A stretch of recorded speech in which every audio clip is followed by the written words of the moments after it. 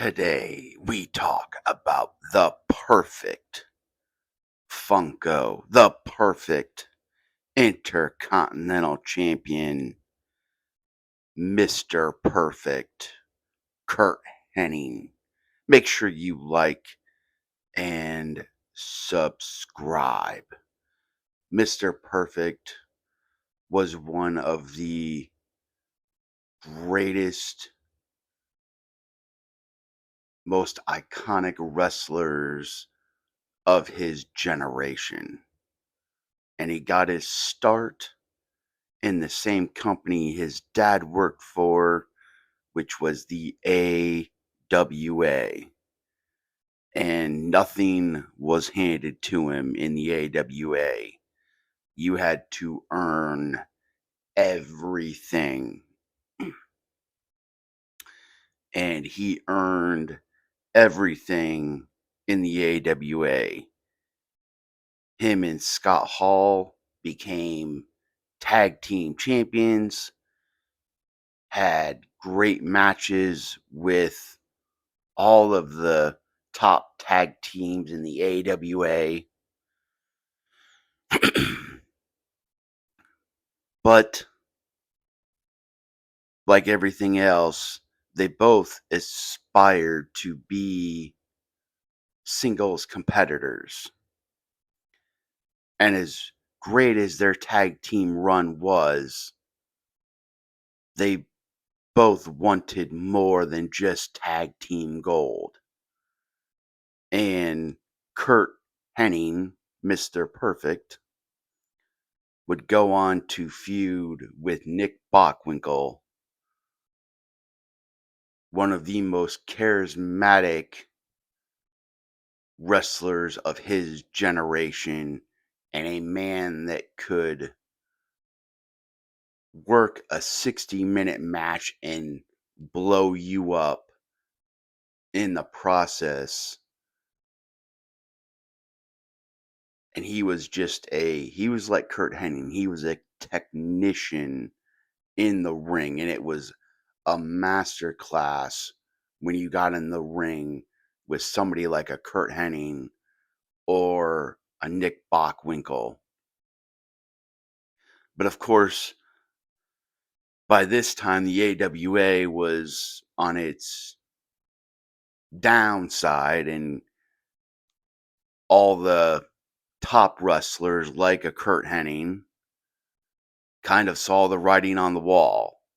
So he ended up jumping to the World Wrestling Federation and actually making his debut at Survivor Series 88. And the rest is history. He would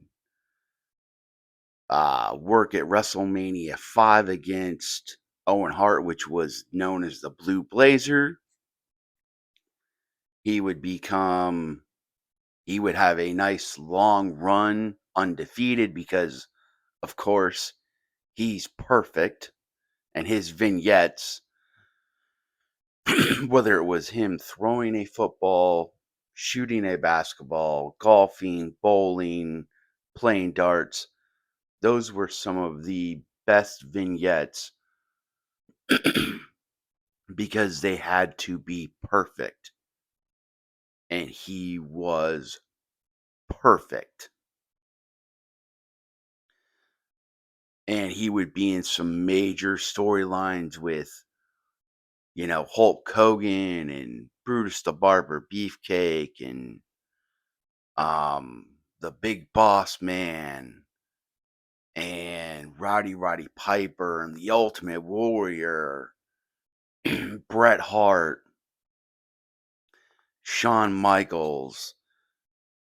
He would align himself with Ric Flair. He would align himself with the Heenan family.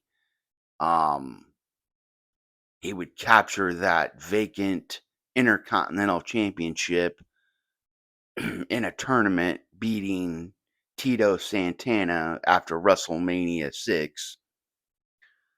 And he was one of those guys that he didn't need a title, but he elevated that Intercontinental Championship. And of course, he would go on to lose the Intercontinental Championship to the Texas Tornado at that year's SummerSlam. But he would get it back by WrestleMania 7 and defend it against the Big Boss Man, which was a very underrated match and a very good one at that. And then, of course, he would go on to SummerSlam 91 and have a instant classic with Bret Hart and drop the championship to the Hitman. And then he would essentially transition into a manager slash commentary role because he had severe back issues and he knew he couldn't do the things he needed to do anymore to make Mr. Perfect who Mr. Perfect was. So he was still involved in the top storylines because he aligned himself with Bobby Heenan and Ric Flair. He helped work the semi-main event at WrestleMania 8, the semi-main event at SummerSlam that year in Wembley Stadium, and then would eventually make his return because of unforeseen issues with the Ultimate Warrior, which we all kind of saw coming, and would team with the Macho Man at the 92 Survivor Series against Ric Flair and his former tag team partner, the bad guy, Razor Ramon. And then he would work the next year's WrestleMania with the narcissist Lex Luger and famously forget what they were doing in the match. And because Lex didn't pay attention to the match layout, it was kind of a cluster there for a second until they finally figured things out and figured out what they wanted to do. And then he would work Shawn Michaels at that year's SummerSlam, and then he would kind of go into that commentary role. And I mean, he was good at commentary, but I wonder what that Shawn Michaels feud would have been had Mr. Perfect Kurt Hennig been at 100%. Because it was a good match, but I can only imagine what that match would have been had he been at 100% and his back not failing him. And of course, like most wrestlers, he jumped to WCW in 1997 after, again, doing some commentary with WWE, being involved in some storylines with Triple H, and he wasn't really, there was a transition period. He really wasn't doing anything. And, his contract came up and WCW offered him a deal. And, I mean, you're not going to say no to millions of dollars because that would just be asinine. And, aligned himself with DDP there for a hot second. That didn't go too well. And then aligned himself with the Horsemen. And, well, he decided to slam Flair's head into the steel cage at that year's Fall Brawl War Games, and then aligned himself with the NWO. And by that time, the NWO had way too many members, and he got lost in the shuffle. I mean, he was a United States champion multiple times, and he had a feud with Flair and few other people, but it just wasn't the same, because there was like he should have been one of those guys. And I say this about Bret Hart as well. Like, those were two guys that you could have put